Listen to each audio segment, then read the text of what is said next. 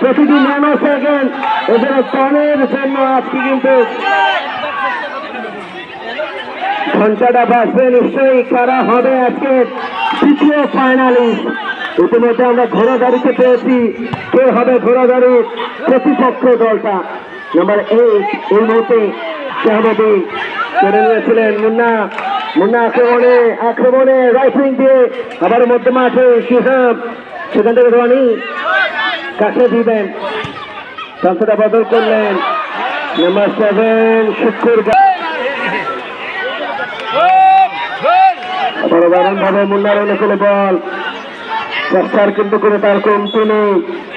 বারংবার বলবো না বসে শুধু তাকে কড়া মার কিনে দেখেছে কিন্তু তাদের দলীয় পিছন দাদা 4 মিনিটের আগে চলে খেলা করছে আমিন কি করবে? দর্শক মাঠে প্রবেশ করবেন না যদি খেলা সমতা থাকে এবং টাইব্রেকার হয়, কারণ যে দলের দর্শক মাঠে প্রবেশ করবেন আমাদের আয়োজকরা বলছিল সেই দলটাকে কিন্তু বাদ করে বিবেচিত হবে। দেখা যাক আজকে কি হয় দলের প্রয়োজনে। হচ্ছে গতকালকে ফাইনালের আগে একটি ফাইনাল আপনারা দেখেছেন।